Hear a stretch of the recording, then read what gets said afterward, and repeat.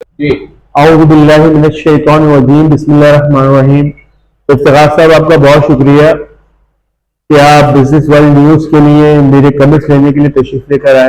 बात दरअसल ये कि इंटरनेशनल मार्केट के अंदर जो है सोने कीमतों में और चांदी कीमतों में उतार चढ़ाव बहुत है।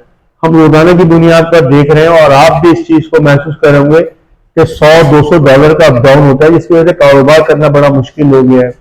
और देखिए, पाकिस्तान में इस वक्त सोने की कीमतें वहां पहुंच गई है कि एक आम आदमी जो है वो अब खरीदारी से महरूम हो गया है, बल्कि मिडिल क्लास और अपर क्लास भी जो है सोना खरीदने से कासिर है।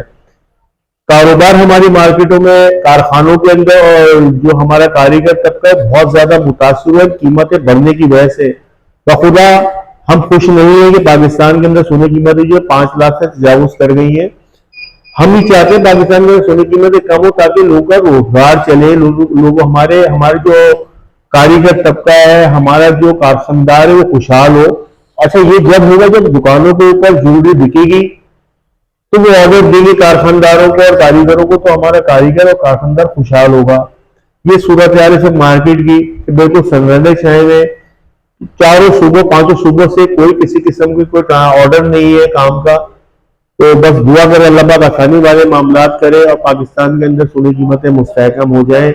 मतलब इससे ज्यादा 4 लाख 4.5 लाख रुपए पे खड़ी हो जाएगी, चले कुछ काम बेहतर हो जाएगा, लेकिन 5 लाख और 6 लाख के अंदर तो हमारा कारोबार करना बहुत मुश्किल हो जाएगा।